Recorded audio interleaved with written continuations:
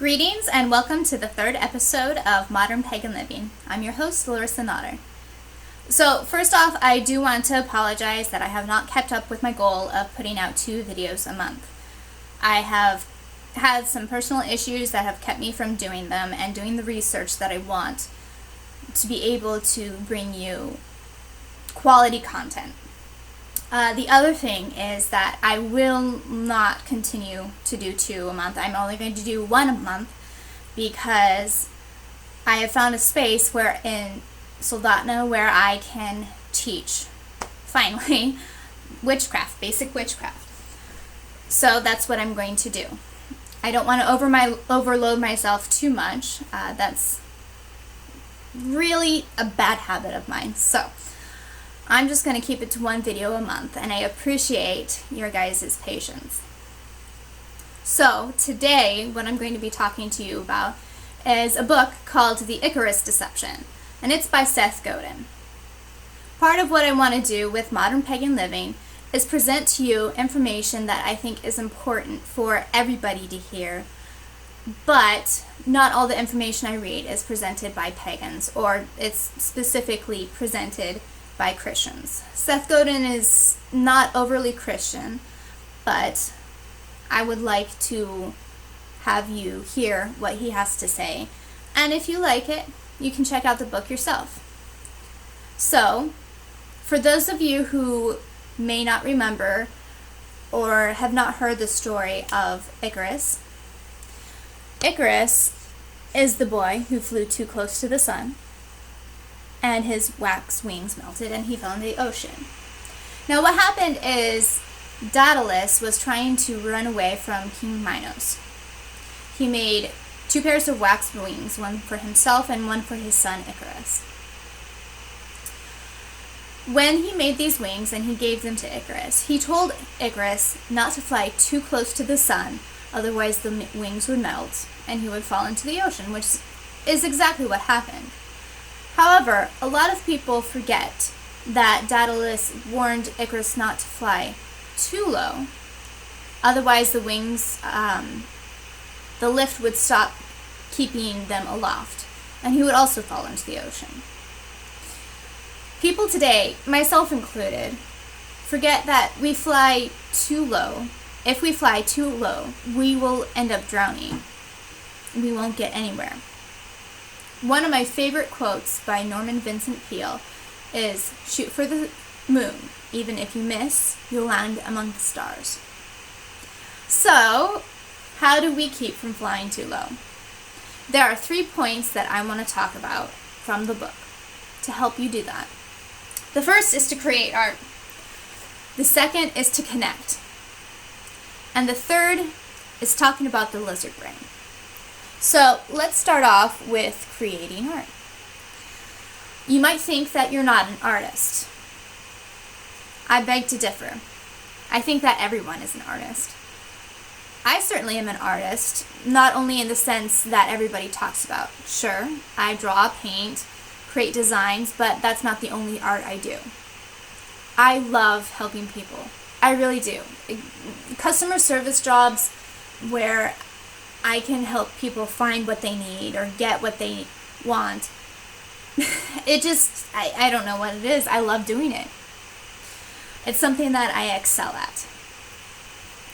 But I'm also an amateur herbalist, and someday I'm going to be a naturopathic doctor. So my art will to be heal people. So whether you're a mechanic, a real estate agent, or whatever you do, you are an artist. So create art. It's as simple and complicated as that. You might ask, how do I create art as a non-artist artist? That brings me to connecting people.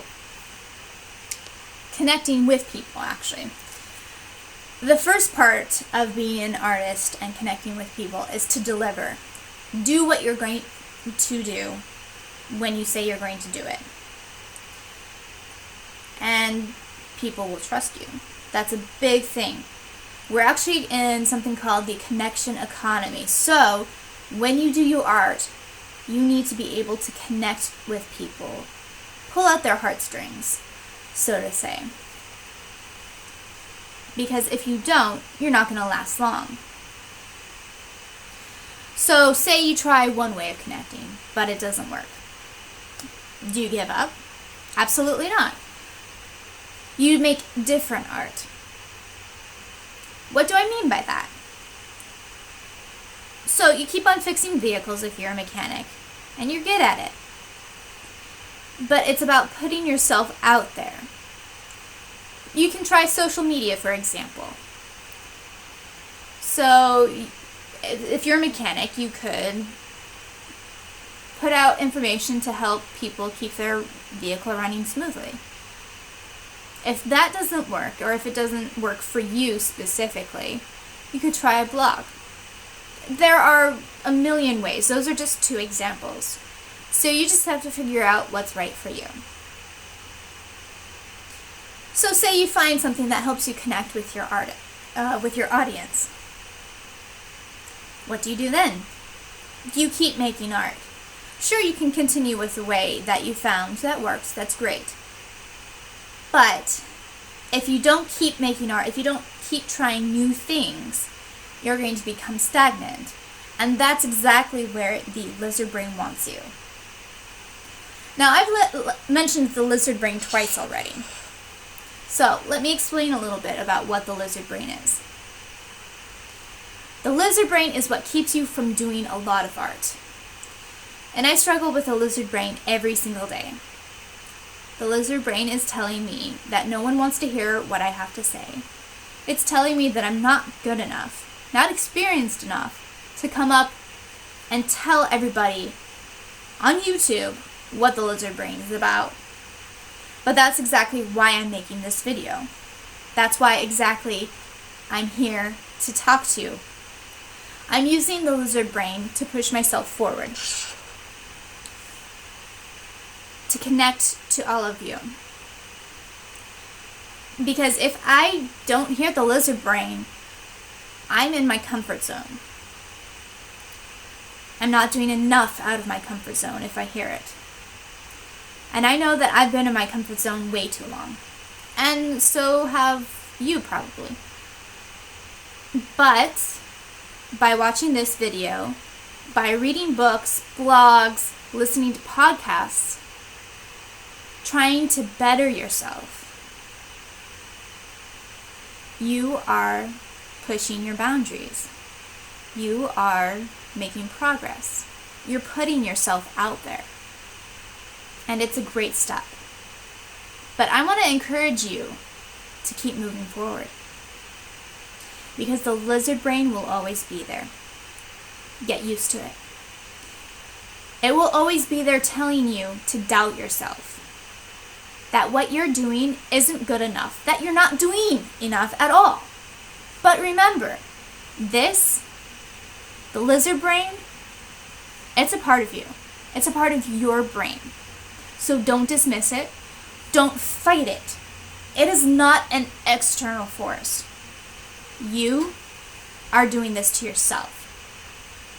So, when you hear the lizard brain telling you that you're not good enough, that you shouldn't make art, that nobody cares, I want you to give it a moment of thought and deliver your art anyways. Because a good artist always delivers. That's it for the 3rd episode of Modern Pagan Living. I hope you enjoyed it, and if you did, please like and subscribe. And remember that not only will I be doing one of these videos every month, I do have a Google Hangout once a month with Day over on Magic of the Ages. So, have a great night. Thank you.